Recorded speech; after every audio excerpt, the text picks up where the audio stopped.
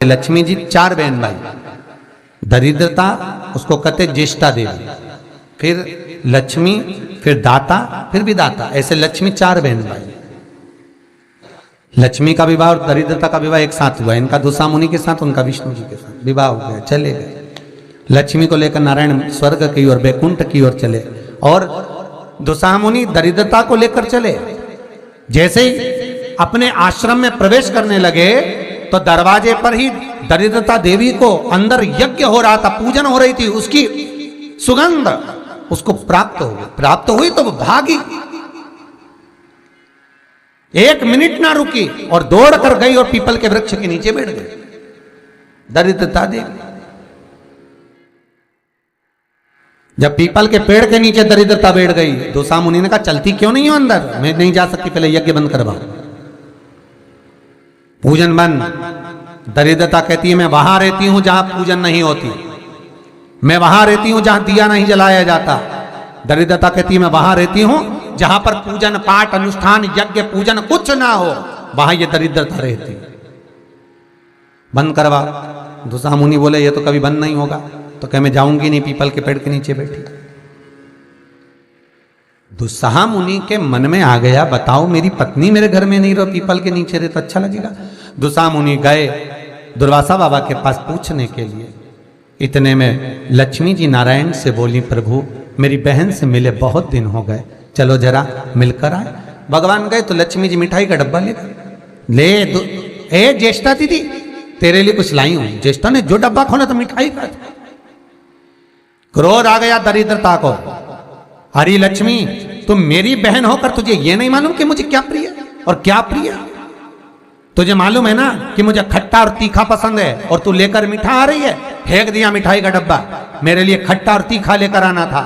लक्ष्मी जी बोली जी जी अब तेरी शादी हो गई, मैं समझी कि तब तो मीठा खाएगी, अब क्या मालूम था कि अभी भी खट्टा और तीखा खाएगी। फेंक दी।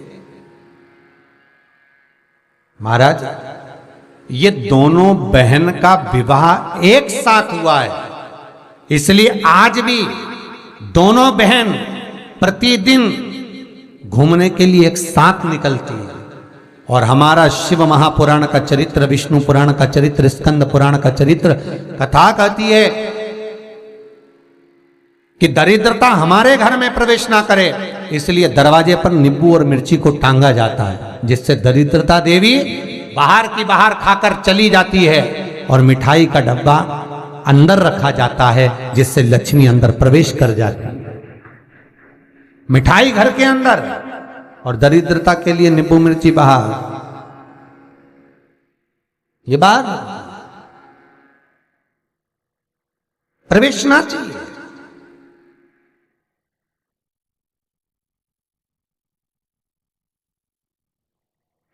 ये अंदर नहीं आना चाहिए, दरिद्रता बाहर रहे, बाहर। भगवान विष्णु कहते हैं दरिद्रता। आज शनिवार का दिन है, जिस दिन तुमने हमारा लक्ष्मी के साथ दर्शन किया है इस पीपल के पेड़ के नीचे। जो शनिवार के दिन पीपल के वृक्ष के नीचे दिया लगाता है, पूजन करता है, उसको लक्ष्मी प्राप्त हो। सोमवार, मंगलवार, बुधवार, गुरुवार, शुक्रवार, शनिवार, ये सारे वार हम पीपल के वृक्ष के नीचे लक्ष्मी के साथ विराजमान होंगे। दरिद्रता बोली वाह नारायण वाह, मेरे दरवाजे पर आए और कहते हो कि मैं लक्ष्मी के साथ विराजमान होऊंगा। नारायण आप भले 7 दिन में निवास करो, मना नहीं है, पर एक दिन ये पीपल के वृक्ष में मेरा वासा होगा, और वो रविवार का दिन होगा। रविवार के दिन जो पीपल के वृक्ष के नीचे आएगा, खाली हाथ आएगा, उसके घर में ये दरिद्रता प्रवेश कर जाएगी। भगवान विष्णु ने कहा मान लो कोई जल लेकर आया, फूल लेकर आया, कोई सामान लेकर आया, तो दरिद्रता कहती अगर कोई वस्तु लेकर आया तो दरिद्रता उसके द्वार नहीं जाएगी। पर कोई खाली हाथ पीपल के वृक्ष के नीचे आया तो ये दरिद्रता जाएगी। आज भी नियम है महाराज, पीपल का वृक्ष अगर दीवालों पर लग गया, कहीं लग गया, नहीं उखड़ रहा, बार बार उखाड़ा फिर लग जाता, फिर उखाड़ो फिर लग जाता, तो रविवार के दिन एक नींबू को काटकर मिर्ची के साथ में उस पेड़ के नीचे रख दो और रविवार के दिन फिर उसको उखाड़ दो, कहीं ले जाकर लगवा दो, तब वो वृक्ष फिर वापस नहीं लगता। आज भी नियम। और अगर आप वैसे रोज उखाड़ोगे तो वो 2, 4, 8, 15 दिन में, 20 दिन में, 1 महीना, 4 महीना, 6 महीना वापस लग जाए, वापस वहीं विराजमान है। पर नींबू कटा हुआ अगर रख दिया और मिर्ची रख दी और उसके बाद उसको उखाड़ा और कहीं ले जाकर लगा दिया आपने, फिर वो नहीं लगे। दरिद्रता देवी विराजमान हुई। भगवान विष्णु लक्ष्मी से कहते हैं, लक्ष्मी ये पीपल का वृक्ष है, जिस वृक्ष के नीचे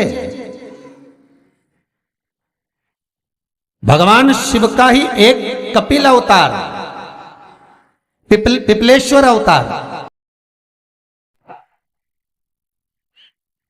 भगवान शिव का एक स्वरूप जो कि स्वयं दधीची ऋषि की धर्मपत्नी सुवार्च के गर्भ से भगवान का एक आनंदमय ज्ञान मुद्रा का स्वरूप उत्पन्न होगा, जिसका नाम पिपलाद होगा, वो यही पीपल के वृक्ष के नीचे निवास करेगा। इसकी जड़, तना, पत्ते ये सब पुण्य भागी होंगे, पुण्य भागी। एक सरल विषय में ध्यान देना, फिर निवेदन करूं। कई माताएं कहती है, गुरुजी हमने सफेद आंकड़े की जड़ बांधी और मान लो संतान हुई, और कई ऐसी हैं जिन्होंने बांधी और तो नहीं हुई है, तो उसके लिए भी ध्यान रखिएगा।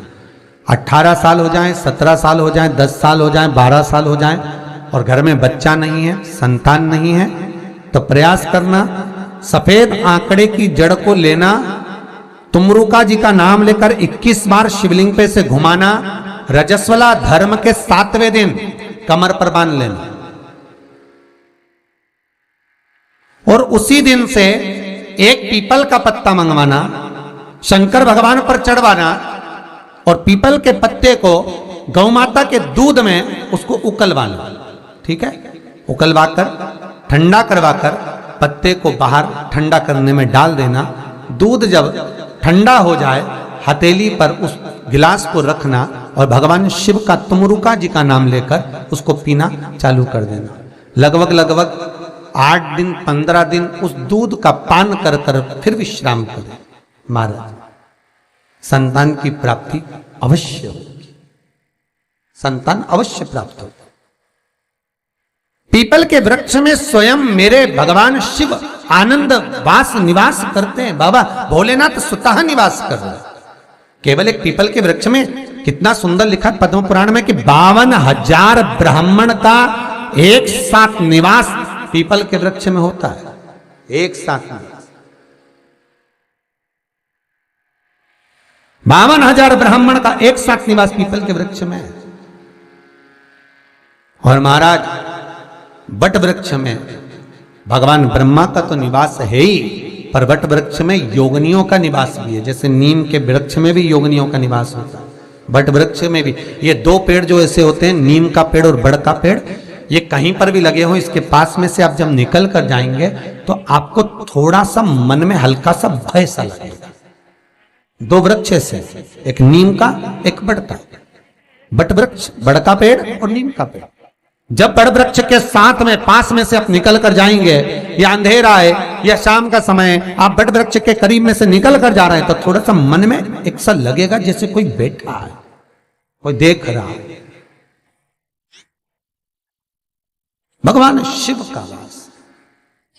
महाराज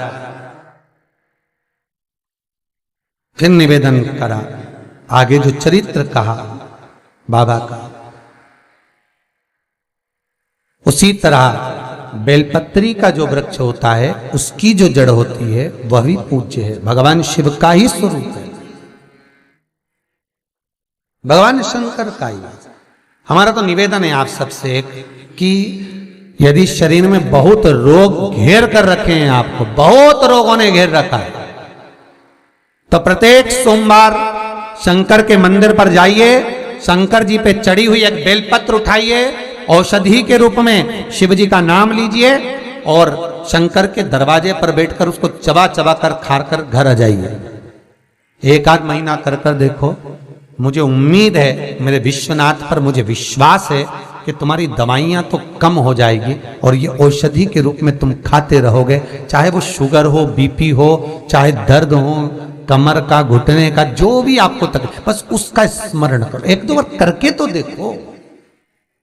जैसे शिव के नेत्र अश्रु से रुद्राक्ष का पौधा उत्पन्न हुआ, रुद्राक्ष उत्पन्न हुआ, ये भी शंकर का एक पुत्र ही है, शंकर का एक स्वरूप है। पर देखो, चाहे एक मुखी से लेकर 14 मुखी तक रुद्राक्ष शिव महापुराण में लिखे हैं, एक मुखी से 16 मुखी तक रुद्राक्ष स्कंद पुराण में लिखे हैं।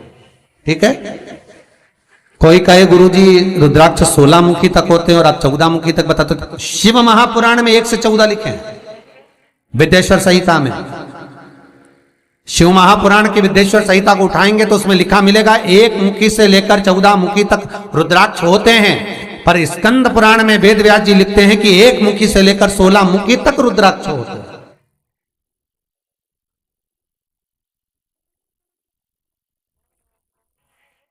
तो ये जो रुद्राक्ष है ये शंकर का ही एक स्वरूप है। रुद्राक्ष अगर आप सही तरह से रुद्राक्ष का स्मरण कर रहे हो, रुद्राक्ष की माला पहन रहे हो, रुद्राक्ष का जल ग्रहण कर रहे हो, रुद्राक्ष का स्मरण कर रहे हो, तो शंकर का ही स्वरूप है, शिव का स्वरूप। 1 मुखी से लेकर 14 मुखी तक रुद्राक्ष होते हैं। 1 मुखी रुद्राक्ष लक्ष्मी की वृद्धि करता है, उससे ज्यादा वृद्धि करता है 7